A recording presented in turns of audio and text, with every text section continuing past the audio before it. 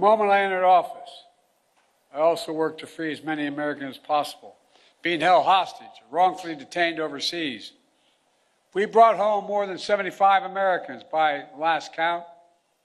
In some cases, it took months, even years of effort, like the prisoner swap with Russia over the past summer. A feat of diplomacy involving many of you and involving multiple countries who joined complex negotiations at our request. Another example of the power of our alliances. We did not have these relationships, those women and women would likely still be in prison. And finally, I can report to the American people that we restored our leadership in a range of other generational priorities. When I took office, we were no longer part of the International Climate Agreement.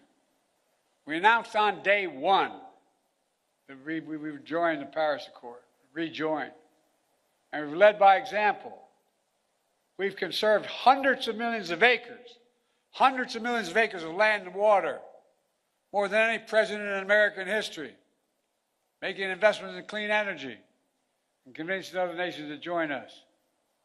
Thanks to our efforts, the world has reached the goal of investing $100 billion every year in public and private funds to reduce greenhouse emissions, to drive down the cost of clean energy, to help developing nations adapt to climate change.